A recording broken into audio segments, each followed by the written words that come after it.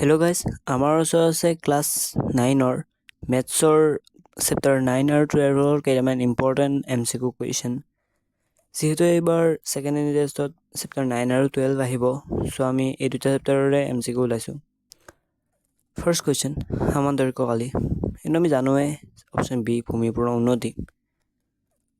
Second question, মধ্যমাই ত্ৰিভুজক ভাগ কৰে C দুটা সমানকালিৰ ত্ৰিভুজত।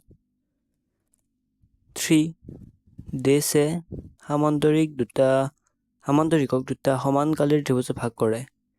এইটো হ'ব অপশ্যন এ কৰ্ণ হয়। 4. সমবাহু ত্ৰিভুজৰ কালি। এইটো জানোৱেই চি √3/4 স্কুৱেৰ।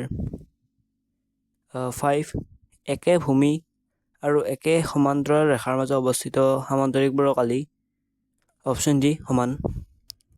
দুটা সামান্তৰিকৰ ভূমি একে আৰু একে সমান্তৰালৰ মাজত অৱস্থিত কালিৰ অনুপাত চি 1:1। একে ভূমি আৰু একে সমান্তৰাল ৰেখাৰ মাজত অৱস্থিত ত্ৰিভুজৰ কালি, এইটো জানো সমান। চ' 8. ত্ৰিভুজ ABCৰ AD এডাল মধ্যমা আৰু ই ADৰ মধ্যবিন্দু, তেন্তে ত্ৰিভুজ AEBৰ কালি হ'ব। এইটো আমি জানোৱেই চি 1/4 ইণ্টু ত্ৰিভুজ ABC।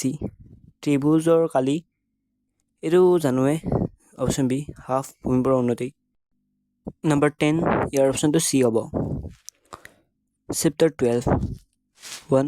24 চেণ্টিমিটাৰ পৰিসীমা বিশিষ্ট এটা ত্ৰিভুজৰ কালি হ'ব। এইটো এ 16√3 চেণ্টিমিটাৰ স্কুৱেৰ। 2.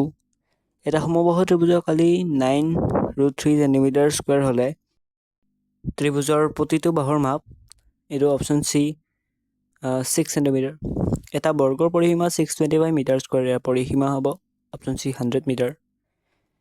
4. এটা সমকোণী ত্ৰিভুজৰ কালি 36 চেণ্টিমিটাৰ স্কুৱেৰ আৰু ইয়াৰ ভূমি 9 চেণ্টিমিটাৰ, উন্নতি হ'ব। এইটো এ 8 চেণ্টিমিটাৰ। 5. ৰম্বাছৰ কালি। এতিয়া আমি সূত্ৰটো জানোৱেই এ হাফ পূৰণ কৰ্ণদ্বয়ৰ পূৰণফল। হিৰণৰ সূত্ৰৰ এছ হ'ল, এইটো বহুত ইজি, এইটো হ'ল a + b + c/2। হিৰণৰ সূত্ৰ এইটো এনেকৈ অলপমান জটিল কৰি দিব পাৰে, আমি চাব পাৰে। ইয়াৰ অপশ্যন শুদ্ধ উত্তৰটো হ'ব অপশ্যন চি √s হ'ল s - a s - b s - c। তাৰপাছত আছে এক হেক্টৰ অপশ্যন ডি হ'ব 10,000 মিটাৰ স্কুৱেৰ। তাৰপিছত আছে ত্ৰিভুজাকাৰ পথাৰ এখনৰ পৰিসীমা 540 মিটাৰ আৰু ইয়াৰ বাহুকেইটা ক্ৰমে 25:17:12 অনুপাতত আছে। ত্ৰিভুজৰ কালি হ'ব। আৰু 10 নম্বৰটো এনচাৰটো হ'ব ডি 30 চেণ্টিমিটাৰ। চ' আজিলৈ ইমানেই আছিল।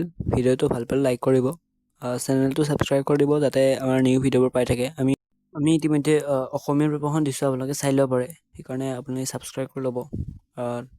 ইয়াৰ উপৰি আপোনালোকৰ যদি গণিত পৰীক্ষা এতিয়ালৈকে হোৱা নাই, এইখন প্ৰেক্টিছ কৰি চাব। এইখন এখন বহুত ইম্পৰ্টেণ্ট পেপাৰ হয়। চ' আজিলৈ ইমানেই আছিল। ধন্যবাদ।